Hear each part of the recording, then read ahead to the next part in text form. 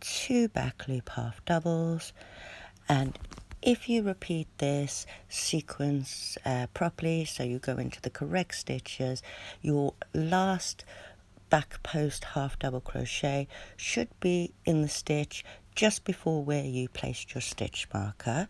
So a total of 6 times, doing 1 front loop half double crochet, 2 back loop half double crochet. This should bring you around to your stitch marker, and then we're going to do 1 single crochet in those next 12 stitches along. So again, at the end of round 6 we should still have 44. I've just done that first one. I'm going to put my stitch marker back in there so I don't have to count back again, because I know that is the 12th or the first of 12 single crochets along. So I'm just going to single crochet along for a total of 12 single crochets, which should bring us back to that first single crochet that we did. So that's 12, and then to finish round 6 we're just going to slip stitch into that first single crochet that we did. Mine's a little tight. You want to make sure you get the top of the stitch and not into that chain 1. So that's the end of round 6, and we should still have 44 stitches in total. So that's 26 single crochets and the rest half doubles, or 18 half doubles. To start round 7 we'll chain 1 and then back into the base of where we slip stitched with a single crochet. Bear with me, mine's being a little awkward. So again, right into the base of that stitch we're going to do 14, well not in that same stitch, we're going to single crochet into the 14 stitches. So if you'd like to pause and do your 14 single crochets, but this should bring us back to that first front post half double that we did. So I'm just doing my last few singles, 13 and 14. And then we've got that first front post half double, so we're going to do that again, and we're going to front post half double crochet around the front post half double crochet from the first round. Then if you look at the base again, it's hiding. We're going to go into not the first but the second back post half double crochet with another. We now have the 2 back loop half double crochets from the previous round, and we're going to skip the first one and go into the second. So this isn't the one at the top of the front post half double crochet, this is just next to it. So we're skipping one and back loop half double crocheting into the next one. Then going to front post half double crochet around the next front post half double crochet. Again, skip the next one and into the next one with a back loop half double crochet only. So remember, skip the one at the base and then back loop half double crochet into that next one. So we're reducing now by skipping that first one each time, and then front post half double crochet around the next one, and we're going to complete this a total of 6 times, and that should bring us back to our stitch marker again. So this is the 5th one, and now the 6th front post half double, and I should have 2 stitches before my stitch marker, so skip the first one and into the second one with the back loop only half double crochet, bringing us back to our stitch marker. And now we are going to single crochet in those next 12 stitches, and again we do want to keep this number 12, so that would be where you'd want to put your stitch marker at the top of that first single. don't lose your yarn. So that's 1, 2, 3, 11 and 12. And then to finish round 7 again, we're just going to slip stitch to that first single crochet we did. So 44 minus the 6 that we reduced it, you should now have 38 stitches in total at the end of round 7. So round 8 for the shoe is our final reduction round, although I do have a pattern where I turn this into a bootie and you continue from here. But for round 8, chain 1 back into the base of that slip stitch with 1 single crochet, and then 1 single crochet in the next 13 along. So again, 14 single crochets in a row. It bring you to that first front post half double crochet. So we're going to front post half double crochet around that first one, skip the stitch in between, and front post half double crochet around the next one, and then repeat this another 4 times around all 6 of those front post half double crochets. And we've now reduced our stitch count by another 6. I'm just doing my last 2 front post half double crochets, and then we should have 13 stitches left. So like we did with the other, we're going to skip the one next to the front post half double crochet and a single crochet in the last 12 stitches along. So again, pause here and I will meet you at the end. So just doing our 11th and our 12th single crochets, and now we're going to slip stitch to that first single crochet, and we've completed the base of our shoe.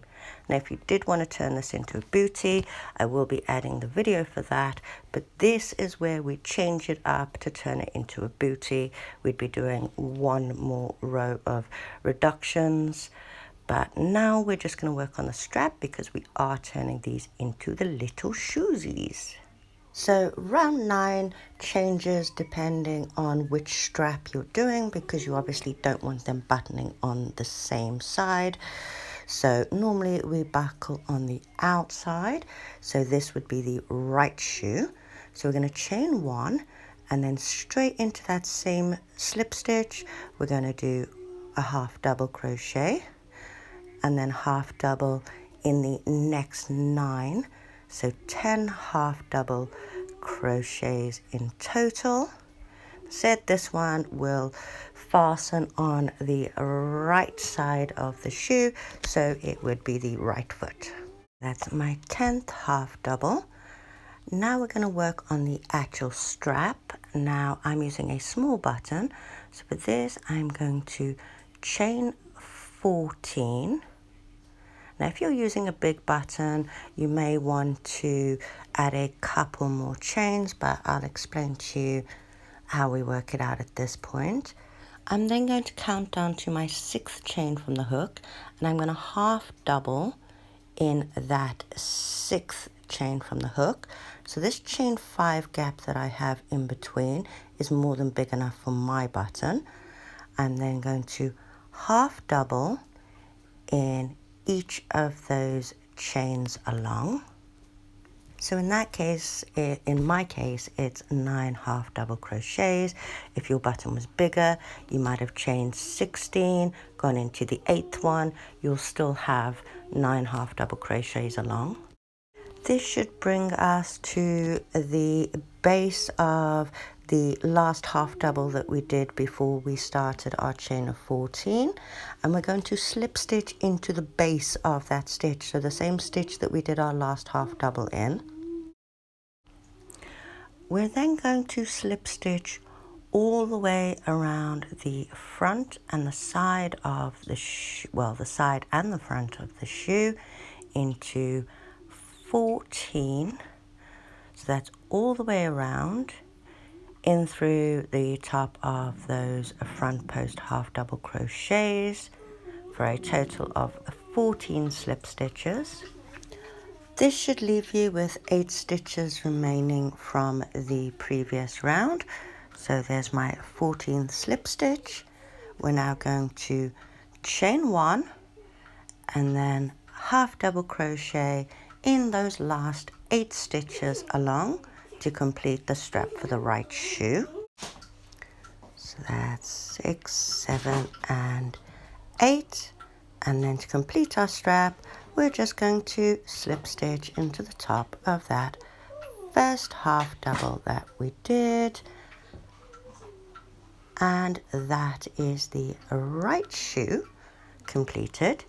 So I am just going to snip off here and finish off the right shoe, and then we're going to go back to the end of row 8 and we'll do the strap for the left shoe together. So for the left shoe we have just finished round 8, which is our final row of reductions. So we're going to chain 1 and then half double crochet back into where we slip stitched, and then half double in the next 9. So again a total of 10 half double crochets. And as we want our strap to be starting over on the other side now, chain 1 and then into that same hole with a slip stitch, and then we're going to slip stitch around the next 15 stitches from the previous round. So again we're working around the side and the front of the shoe till we get to the other side to do our strap. That's our 15th. We're then going to chain 14 again for our strap. Again, if your button's slightly bigger, chain 16 and go into the 8th stitch. In my case 5 is fine, so I'm going to go into that 6th chain again with a half double crochet and then half double crochet in the next 8 along again. So again I will have a total of 9 half double crochets along that chain, which should again bring me back to that last half double. So there's my 9th, and this time I'm going to half double back into where I slip stitched the last one, and then half double crochet into those next 7 stitches along, which should give me my total of 8 half double crochets at the end. Now because we're starting slightly to the side, it does actually work out at 9 on either side, and then we're going to slip stitch in that first half double to complete the left shoe. So I'm going to chain 1, snip my yarn and pull through, and then all we have to do is sew in our little ends. Now I do try to keep the pink yarn sewed in the pink bits and the white bits, makes it less apparent just in case. But now time to pop our little buttons on. Now I do go back and forth a few times to ensure that my button doesn't pull off, as I won't really be knotting this into anything. So just a few times back and forth so that you know it's secure and that yarn isn't going to pull out at all. See, we don't want a stray button coming loose and it going into any little mouths. And then once that's nice and secure, just to try it out, as I said, that 5 is just perfect for mine. Now these are really cute as it is, But as I said, I'm doing these to match the little blankie I made her. So I will be attaching these, well, mommy made. So I will be attaching these very cute little butterflies pretty much in the same way as I did the button, so that these will match with her blankie, and I will be making a hat.